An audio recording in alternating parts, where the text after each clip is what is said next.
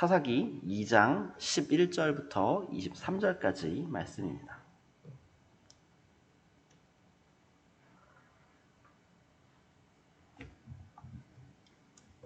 제가 봉독하여 올려드리겠습니다.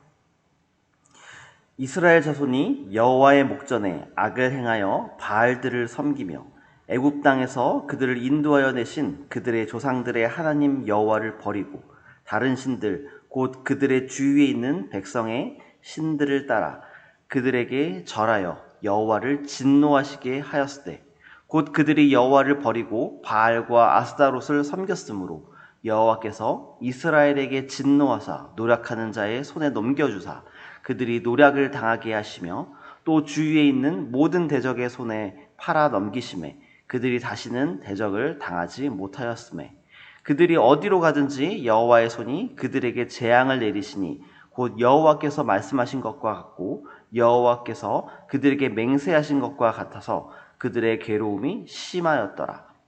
여호와께서 사사들을 세우사 노략자의 손에서 그들을 구원하게 하셨으나 그들이 그 사사들에게도 순종하지 아니하고 오히려 다른 신들을 따라가 음행하며 그들에게 절하고 여호와의 명령을 순종하던 그들의 조상들이 행하던 길에서 속히 치우쳐 떠나서 그와 같이 행하지 아니하였더라. 여호와께서 그들을 위하여 사사들을 세우실 때에는 그 사사와 함께 하셨고 그 사사가 사는 날 동안에는 여호와께서 그들을 대적의 손에서 구원하셨으니 이는 그들이 대적에게 압박과 괴롭게 함을 받아 슬피 부르짖음으로 여호와께서 뜻을 돌이키셨음이오늘 그 사사가 죽은 후에는 그들이 돌이켜 그들의 조상들보다 더욱 타락하여 다른 신들을 따라 섬기며 그들에게 절하고 그들의 행위와 패역한 길을 그치지 아니하였으므로 여호와께서 이스라엘에게 진노하여 이르시되 이 백성이 내가 그들의 조상에게 명령한 언약을 어기고 나의 목소리를 순종하지 아니하였은즉 나도 여호수아가 죽을 때에 남겨준 이방 민족들을 다시는 그들 앞에서 하나도 쫓아내지 아니하리니 이는 이스라엘이 그들의 조상들이 지킨 것 같이 나 여호와의 도를 지켜 행하나 아니하나 그들을 시험하려 함이라 하시니라. 여호와께서 그 이방 민족들을 머물러 두사 그들을 속히 쫓아내지 아니하였으며 여호수아의 손에 넘겨주지 아니하셨더라. 아멘. 안녕하세요. 평안한 한 주 보내셨나요? 2021년도도 이제 8월이 시작이 되었습니다. 지난해 연초부터 이어져 온 코로나가 언제 끝나나 했는데 벌써 2021년 8월까지 또 왔고요. 또 여전히 지금 코로나의 기세가 또 꺾이지 않는 가운데에 또 우리를 또 위축하게 만드는 것 같습니다. 하지만 이런 코로나 상황 가운데서도 분명히 하나님은 역사하시고 분명히 하나님께서는 우리에게 하나님의 뜻을 보여주고 계십니다. 우리가 그 뜻을 분별하느냐 분별하지 못하느냐가 참 우리에게 큰 과제인 것 같습니다. 이 상황 가운데서도 하나님을 의지하고 하나님께서 우리에게 하시는 말씀을 더 깊이 찾고 또 따르기 위해 순종하시는 우리 성도 여러분들 되시기를 소망합니다. 오늘 본문의 말씀은 사사기서 2장 11절부터 23절까지 말씀입니다. 오늘 말씀의 내용은 이스라엘 백성을 인도하여 가나안 정복을 마친 여호수아가 죽고 본격적으로 사사시대가 시작되는 배경에 대해서 말하고 있습니다. 그리고 또 오늘 말씀에는 하나님께서 사사를 세우신 이유와 목적, 그리고 사사를 세우셨음에도 불구하고 여전히 불순종하는 이스라엘 백성의 모습에 대해서 전체적으로 알리는 사사기의 개요에 해당하는 부분이 오늘 말씀입니다. 오늘 말씀의 시작은 11절과 12절에서 이스라엘 자손이 여호와의 목전에 악을 행하여 바알들을 섬기고 하나님 여호와를 섬기고 다른 신을 따라 여호와 하나님을 진노하시게 하였다. 이런 말로 시작하고 있습니다. 이스라엘 백성은 하나님께서 주신 약속의 땅에 도착을 했습니다. 그러나 약속의 땅에 도착한 이스라엘 백성은 분명히 그들을 애굽의 종살이를 마치고 고통 가운데 살고 있던 그들을 인도하여 내셨고, 그리고 또 광야의 그 험난한 생활 가운데서도 하나님께서 지켜주셨고, 그리고 또한 거대한 아낙 자손이 살고 있는 가나안 땅을 정복하기 위해서 그들과 함께 싸우며 그들을 구원해 주셨던 하나님을 버렸습니다. 그러자 하나님께서는 바알과 다른 신을 따른 이스라엘 백성에게 진노하시는 것을 오늘 볼 수 있습니다. 그러자 하나님께서는 어떤 방법을 사용한다고 오늘 말씀은 이야기하고 있습니까? 14절입니다. 14절에서 하나님께서는 이스라엘 백성을 노략하는 자들의 손에 넘겨주셔서 이스라엘 백성이 그들에게 노략을 당하게 하십니다. 그리고 이어서 15절에는 하나님께서 이스라엘 백성에게 재앙을 내리셔서 그들의 괴로움을 심하게 하셨다라고 말하고 있습니다. 그리고 또 16절 말씀을 보면은요, 그때에 하나님께서 이스라엘 백성을 구원하기 위해서 보낸 사람이 바로 사사라고 말하고 있습니다. 하나님께서는 사사들을 통해서 이스라엘 백성을 노략자의 손에서 구원하도록 하셨습니다. 그런데 17절을 보시면은요, 또 어떤 일이 발생합니까? 이스라엘 백성은 하나님께서 그들을 구원하기 위해서 세우신 사사들에게도 순종하지 않았다라고 말하고 있습니다. 죄악된 그들을 하나님께서 사사를 통하여 구원해 주셨음에도 불구하고 오히려 그들을 구해준 하나님이 세운 사사와 또 하나님을 또 버리고 또다시 다른 신을 따라가 음행하고 하나님의 말씀에 순종했던 그들의 조상을 따르지 않았다라고 말하고 있습니다. 사실 이 사건은 사사시대 내내 반복해서 일어나는 일입니다. 오늘 말씀은 이후에 사사기서 전반에 걸쳐 등장하게 되는 14명의 사사, 그리고 이스라엘 백성을 심판하는 다른 민족들, 그런 사사와 민족들만 달랐지 반복해서 이스라엘 백성들에게 똑같이 일어나게 될 일에 대해서 말해주고 있는 부분인 것입니다. 근데 여기서 우리가 눈여겨봐야 할 것이 있습니다. 그것은 이런 반복적인 이스라엘 백성의 죄악으로 인해서 하나님께서 이스라엘 백성에게 어떤 모습을 보여주시느냐라는 것입니다. 사실 이스라엘 백성은 하나님께 어떤 존재였습니까? 출애굽기 19장 5절과 6절 말씀을 함께 읽어보겠습니다. 세계가 다 내게 속하였나니 너희가 내 말을 잘 듣고 내 언약을 지키면 너희는 모든 민족 중에서 내 소유가 되겠고 너희가 내게 대하여 제사장 나라가 되며 거룩한 백성이 되리라. 아멘.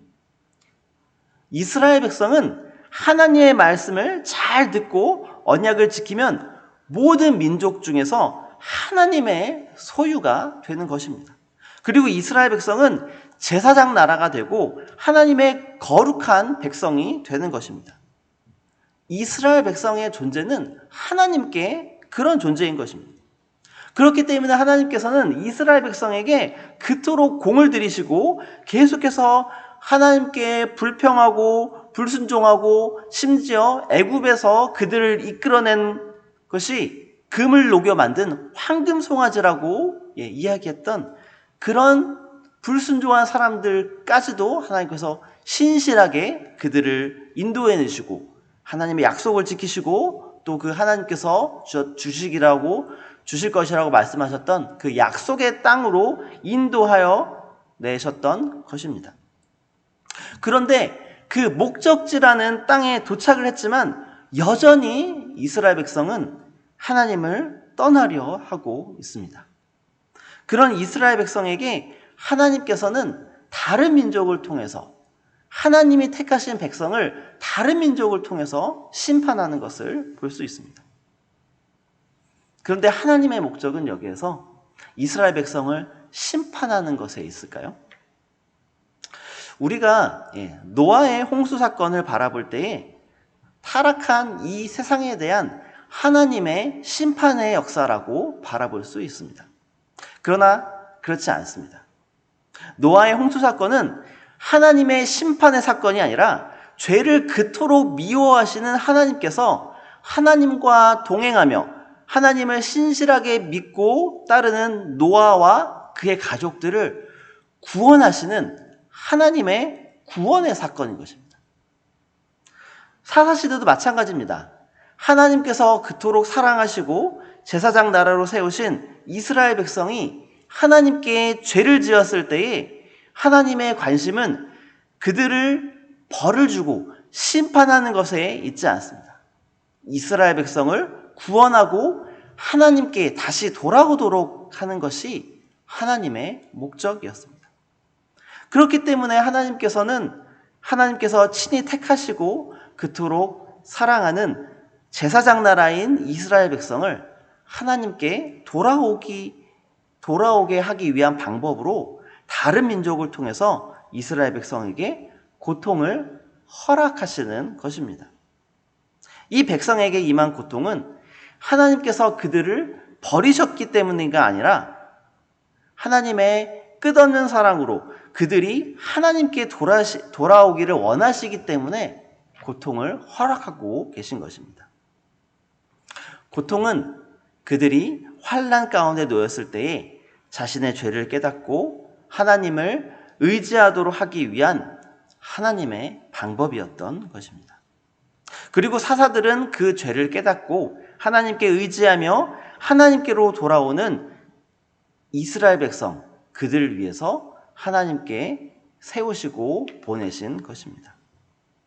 사사시대 동안 이스라엘 백성이 하나님을 떠났다가 고통 가운데 놓이자 하나님께 부르짖습니다. 그리고 그 부르짖는 이스라엘 백성을 향해서 하나님께서는 사사를 세우시고 구원해 주시는 사건이 14번이나 반복했다라는 것을 우리는 잊지 말아야 합니다. 이것은 현대 시대를 살아가는 우리에게 성경 속에서 다른 사람의 잘못된 모습을 통해 우리에게 주시는 교훈이 아닙니다. 사사기에 펼쳐지는 사건은 바로 우리들의 삶의 실체입니다. 우리가 바로 이스라엘 백성이 보여주는 모습, 그것과 똑같은 모습을 우리가 보여주며 살아가기 때문입니다. 이 자리에서 말씀을 나누는 저에게도 예외일 수 없습니다. 우리는 늘 새로운 은혜로 우리에게 큰 사랑을 보여주심에도 불구하고 여전히 우리는 이 땅에서 하나님께 범죄하며 살아갑니다. 그러나 우리에게는 사사시대 때보다 더 큰 소망이 있음을 우리가 잊지 말아야 합니다. 사사시대의 이스라엘 백성은 우리를 구원하는 사람 역시 우리와 그들과 똑같은 죄를 짓고 있는 사사였습니다. 그러나 지금 우리를 구원하시는 분은 바로 하나님의 근본 본체시며 죄가 하나도 없으신 온전한 예수 그리스도시기 때문입니다. 예수 그리스도의 구원의 역사는 그 어떤 사사들이 행했던 구원과 비할 수 없는 완벽한 구원의 역사였습니다. 그 구원의 역사가 바로 저와 여러분께 임한 것입니다. 우리가 때로는 죄로 인해 좌절하고 때로는 고통 가운데에 놓일 때가 분명히 있습니다. 이때 우리에게 필요한 것은 우리의 모든 죄를 씻기는 예수의 보혈을 의지하는 것입니다. 하나님께서 우리를 통해 원하시는 것은 우리가 예수 그리스도의 보혈로 새롭게 되어 하나님께 나아오는 것을 원하십니다. 우리가 계속해서 범하는 범죄로 인해서 좌절하는 것은 하나님께서 결코 원하시지 않습니다. 하나님께서 우리에게 원하시는 것은 사망 권세를 이기고 죄로부터 승리하신 예수 그리스도가 바로 우리의 구원자 되심을 잊지 않고 우리의 삶을 죄 가운데에 놓는 것이 아니라 우리를 용서해 주시는 예수 그리스도에게 의지하며 이 땅을 살아가는 믿음의 성도가 되는 것입니다. 그런 새순의 성도 여러분들이 되시기를 소망합니다. 기도하겠습니다. 하나님 아버지, 사사시대에 하나님께서 그토록 수많은 은혜를 베푸셨음에도 불구하고 하나님을 떠나 다른 신을 섬기며 살아갔던 이스라엘 백성을 바라봅니다. 그럼에도 불구하고 하나님께서는 그들을 너무 사랑하셔서 그들을 고통 가운데 두셨지만 결국 고통은 그들을 다시 구원하기 위한 하나님의 방법이었다는 사실을 바라봅니다. 하나님, 우리에게도 예수 그리스도를 보내주시고 우리가 삶의 어려움과 고통과 또한 우리가 범하는 죄 가운데 살아감에도 불구하고 우리를 예수 그리스도의 보혈의 피로 용서해 주심에 감사합니다. 우리의 삶 역시 그런 죄악의 반복일지라도 우리가 굳게 부여잡을 것은 바로 예수 그리스도라는 사실을 우리가 잊지 않도록 도와주시옵소서. 예수 그리스도를 의지하며 우리가 고통 가운데 놓여 있는 것이 아니라 하나님께서 우리를 택하여 주시고 우리를 구원해 주신 그 목적에 맞게 이 땅을 기쁨으로 살아가며 예수 그리스도의 사랑으로 충만히 거하며 예수 그리스도의 사랑을 또 증거하며 또 전하며 살아가는 하나님의 자녀들, 귀한 새순의 성도들 될 수 있도록 하나님 인도하여 주시옵소서. 감사합니다. 예수 그리스도 이름으로 기도합니다. 아멘.